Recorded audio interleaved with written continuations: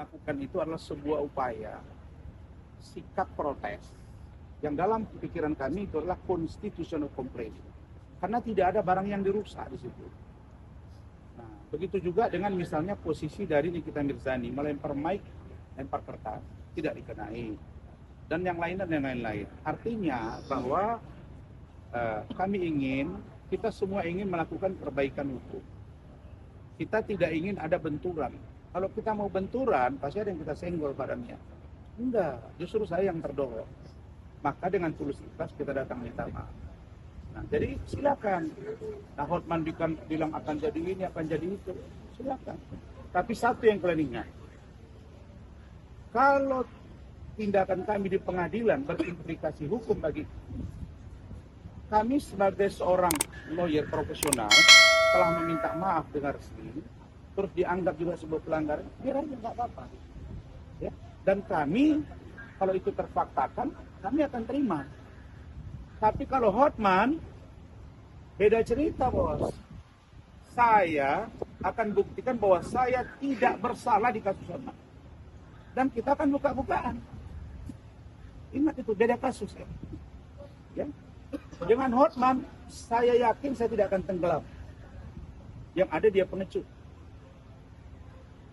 Tapi kalau di kasus saya dengan Mahkamah Agung, Pengadilan Negeri, Pengadilan Tinggi, itu hal yang berbeda. Ya, ingat itu ya. Kalau untuk Hotman, dimanapun kau saya siap, dimanapun saya siap. Dan saya akan buktikan bahwa saya tidak bersalah. Jadi di kasus ini, hal yang berbeda. Jadi jangan dia pikir bergeser masalah, terus kami bermasalah hukum, beda cerita. Untuk Hotman, kapanpun saya tunggu dia dan tidak akan pernah gentar saya menghadapi kau. Dan apa yang kami lakukan kemarin itu adalah sebagai upaya untuk perbaikan hukum di Indonesia. Tapi kalau itu dinilai salah dan ternyata salah menurut organisasi kami, saya mesti sam'an wa ta'atan, saya tunduk, saya patuh, saya lakukan. Makanya saya datang, itu orang yang gentle. Nah, kalau kita jago debat, diminta untuk hadir oleh TV, jangan nggak datang. Jangan diundang di pagi-pagi ambiar karena ngomong sepihak. Nah, saya juga diundang nanti oleh pagi-pagi ambiar sepihak juga. Kalau dia mau ini datang. Besok malam ada acara lagi live membahas topik kami. Datanglah dia.